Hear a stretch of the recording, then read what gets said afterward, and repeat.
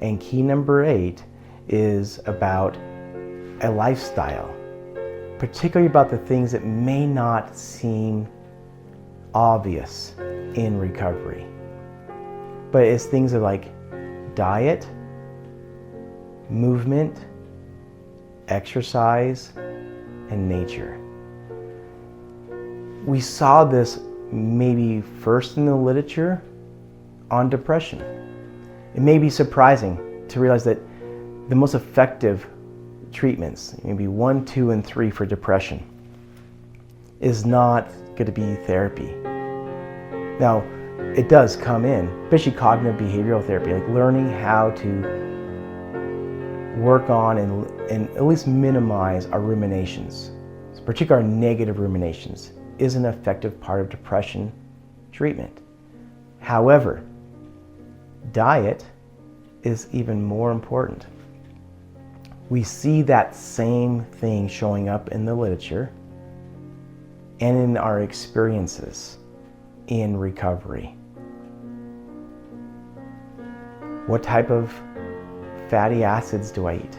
In depression research, if the very first thing that I eat every morning is a healthy fat, omega-3 fatty acids, a healthy protein, and complex carbohydrates, I'm 3 times less likely to be depressed that day. If you want to go ahead and have your bowl of Captain Crunch an hour or 2 later, go ahead.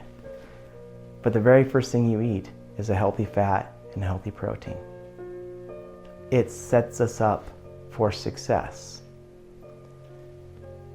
In addiction recovery, learning how to have good omega-3 fatty acids, eating healthy proteins, helps our neurons to make better connections and grow faster. Sleep. One of the things that's most affected in early recovery is our sleep.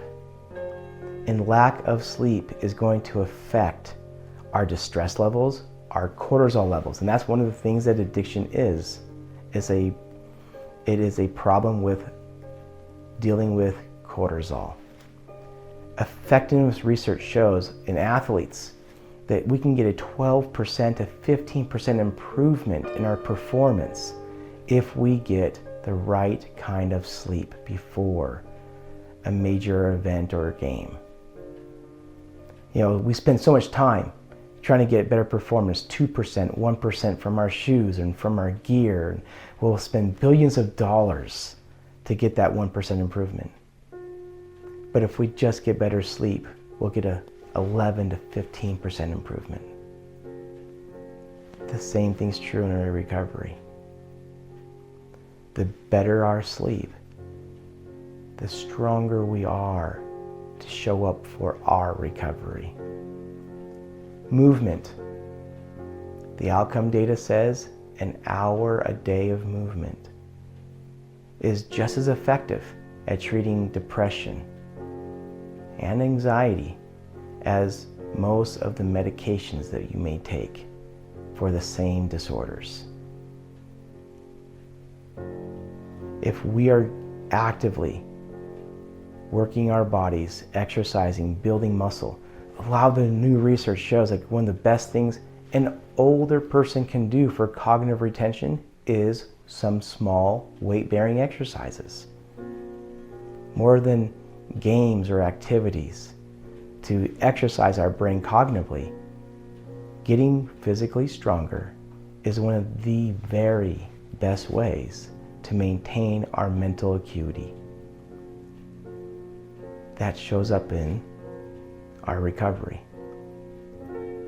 Spending an hour a day exercising, small weight training, building our aerobic base, our core, helps us have the physical and mental strength to stay in recovery.